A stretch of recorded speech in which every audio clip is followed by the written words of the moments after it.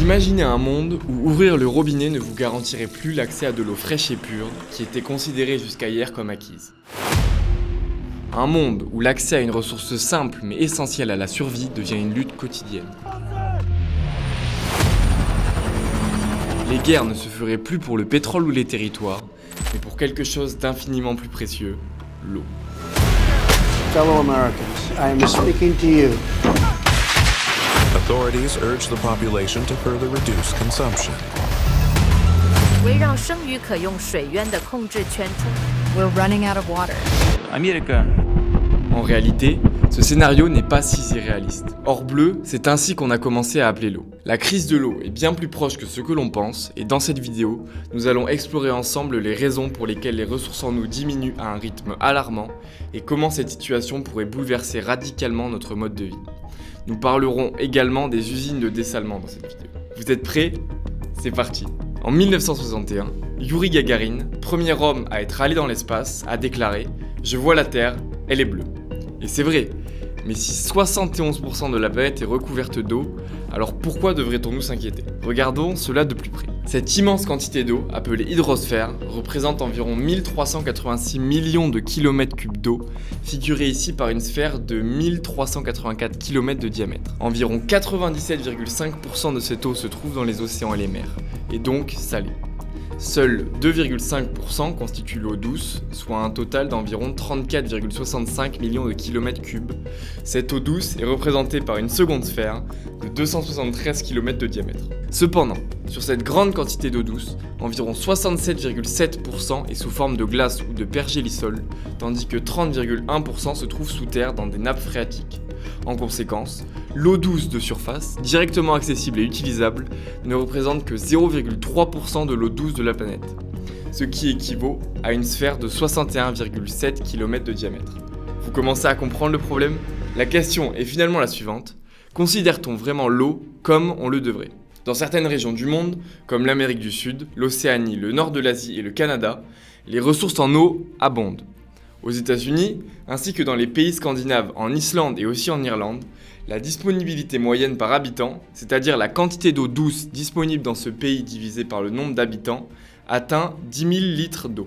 Même en France, pays globalement bien doté en ressources hydriques, des inégalités notables subsistent en raison du climat et de la situation géographique. Les régions du sud-est, comme la Provence-Alpes-Côte d'Azur et la Corse, subissent régulièrement des épisodes de sécheresse aggravés par le changement climatique, entraînant des restrictions d'eau durant l'été. Par ailleurs, les départements d'outre-mer tels que Mayotte et la Guadeloupe sont confrontés à des problèmes structurels. Les réseaux d'eau vieillissants et mal entretenus provoquent des coupures fréquentes, accentuant le stress hydrique. Ces disparités mettent en évidence des défis spécifiques dans la gestion et la répartition équitable des ressources en eau sur l'ensemble du territoire français. Mais si ces régions privilégiées jouissent de ressources abondantes, d'autres parties du monde luttent pour accéder à cet élément vital. L'Afrique du Nord, le Sahara, l'Afrique de l'Est et australe, le Moyen-Orient, la Chine, le Mexique ou encore l'Inde figurent parmi les régions les plus pauvres en eau. Dans ces régions, la crise est dramatique.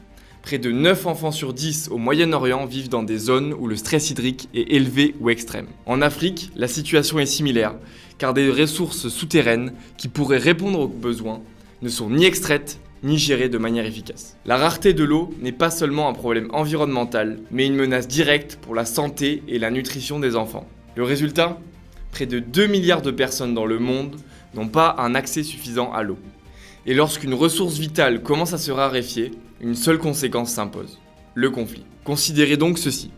Plus de 3 milliards de personnes dans le monde dépendent de l'eau qui traverse des frontières nationales, faisant de cette situation un véritable créateur de conflits. Pourtant, sur les 153 pays partageant des rivières, des lacs et des nappes phréatiques avec leurs voisins, seulement 24 déclarent avoir des accords de coopération pour gérer ces ressources communes. Un rapport de l'UNESCO publié en 2019 a recensé 94 conflits liés à de l'eau entre 2000 et 2009 et pas moins de 263 entre 2010 et 2018. Ce rapport prévoit que de futurs conflits pourraient émerger le long du Nil, source vitale pour de nombreux pays africains, de l'Indus au Pakistan dont les affluents prennent naissance en Inde, dans le bassin du Jourdain, ainsi que sur le Tigre et l'Euphrate partagés par la Turquie, la Syrie et l'Irak, et enfin le Mékong en Asie. Le changement climatique exacerbe significativement la disponibilité de l'eau potable à l'échelle mondiale. L'augmentation des températures et la fréquence croissante d'événements météorologiques extrêmes, comme les sécheresses, les inondations et les ouragans, perturbent les cycles hydrologiques.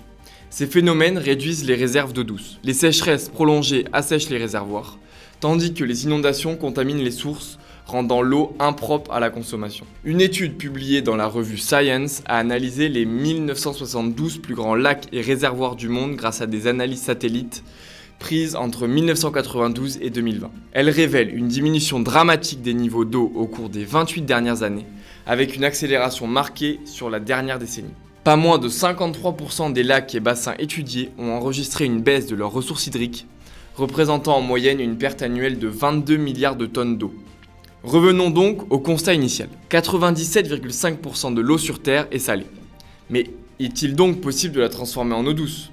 Oui, grâce aux usines de désalinisation. L'eau de mer contient environ 35 000 parties par million, ppm, de sel dissous, tandis que l'eau saumâtre en contient entre 1000 et 10 000. La désalinisation réduit ses niveaux à moins de 500 ppm, répondant ainsi aux normes de potabilité pour la consommation humaine. Deux grandes technologies sont utilisées pour cela. La première, ce sont les systèmes thermiques, qui exploitent la chaleur pour évaporer et condenser l'eau. L'autre technologie, ce sont les systèmes à membrane, qui utilisent des procédés comme l'osmose inverse pour filtrer les sels dissous. Ces solutions permettent de produire de l'eau douce, mais elles restent coûteuses et énergivores, limitant leur accessibilité dans de nombreux pays. La désalinisation thermique consiste à chauffer de l'eau salée pour produire de la vapeur, qui est ensuite condensée et collectée sous forme d'eau purifiée. La méthode la plus courante est la distillation multi-étage, pour Multi-Stage Flash Distillation MSF. L'eau salée est chauffée dans une chambre, puis transférée dans une zone de pression réduite, ce qui provoque une ébullition rapide. La vapeur se condense sur des surfaces froides et est recueillie. Ce procédé est utilisé par environ 40% des installations mondiales. L'autre technique, la désalinisation par membrane, repose sur des membranes semi-perméables qui filtrent le sel et les minéraux de l'eau. La technique la plus répandue est l'osmose inverse, où l'eau de mer est pressurisée pour traverser une membrane retenant les sels et les impuretés. Ce processus peut éliminer jusqu'à 99% du sel, avec un rendement énergétique relativement bas, ce qui explique son adoption par plus de 60% des installations. Bien que l'osmose soit efficace et moins coûteuse que d'autres méthodes, les installations les plus performantes combinent souvent ces deux technologies pour accroître leur flexibilité. Actuellement, on compte environ 16 000 usines de désalinisation à travers le globe.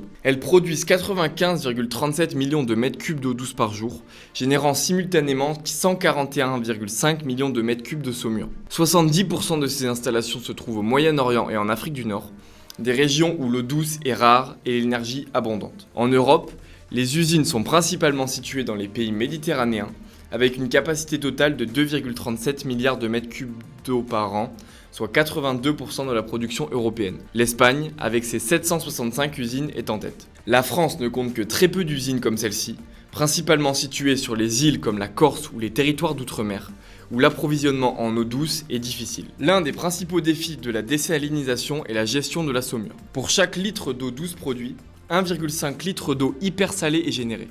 Mal gérée, cette saumure, rejetée dans les aquifères ou en mer, augmente la salinité des eaux, menaçant les écosystèmes marins. Selon un rapport de l'Organisation des Nations Unies, 55% de la saumure mondiale provient du Moyen-Orient. Un autre problème majeur est la consommation énergétique élevée de la désalinisation, qui génère d'importantes émissions de gaz à effet de serre, limitant son adoption aux pays dotés de ressources énergétiques abondantes ou de régulation environnementale faible. En conclusion, la désalinisation incarne un défi technologique et environnemental à l'échelle mondiale. Face à la raréfaction de l'eau douce, il est urgent de repenser notre relation à cette ressource précieuse. Les technologies innovantes, les politiques durables et une coopération internationale sans précédent sont essentielles. Chaque goutte d'eau compte, non seulement pour notre génération, mais aussi pour les générations futures.